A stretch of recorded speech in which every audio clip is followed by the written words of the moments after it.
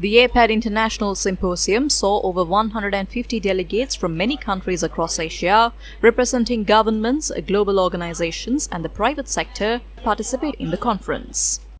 Japan's ambassador to Sri Lanka, Mizukoshi Hideki, was the chief guest. The world is now faced with complex crises, including the climate crisis, and it is true that emerging and developing countries and people in vulnerable circumstances in the global south have been significantly affected by these crises. We will continue to play an important role, not only as a creditor nation, but also as a long-standing friend of Sri Lanka, working closely with the IMF World Bank. Country Director of APED Sri Lanka, Firzan Hashim, touched on the future of the fight against climate change. Climate crisis is a child right crisis. Children bear the greatest burden of climate change. Children and youth can be catalysts for climate action, and we need to include them. The future is in our hands, and let's make a difference. Several lively panel discussions clearly made the point that solutions need to be climate smart and innovative, and that a multi-stakeholder approach is essential to climate risk reduction. Speaking at the forum, Director General of the Disaster Management Centre, retired Major General Sudhantha Ranasinghe, highlighted that the government alone cannot work towards tackling climate change in Sri Lanka.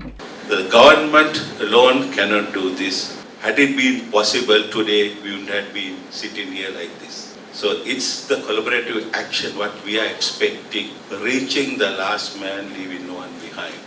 Country manager of the World Bank, Cheo Kanda, commented on the impact of climate agendas on financing.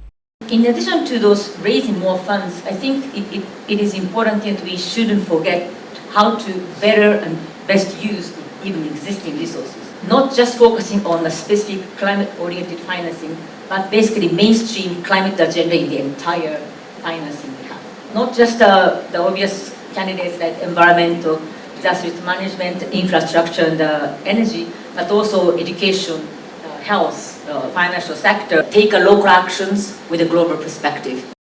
Advisor to the President on Environment, Climate Change and Green Finance, Dr. Ananda Malvathantri, explained why Sri Lanka cannot tap green financing for the time being. So now we are on IMF package with certain conditions. One of the conditions is that until IMF process gets settled and negotiations complete, the country cannot go and tap too much innovative financing.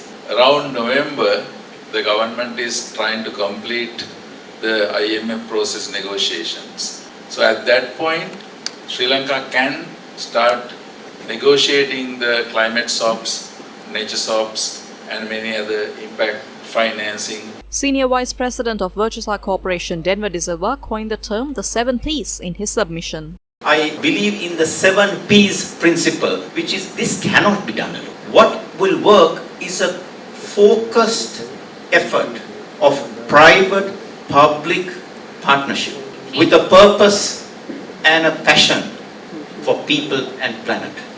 The APED International Symposium concluded with a promise for public-private cooperation in battling climate change that is now a threat to the global environment.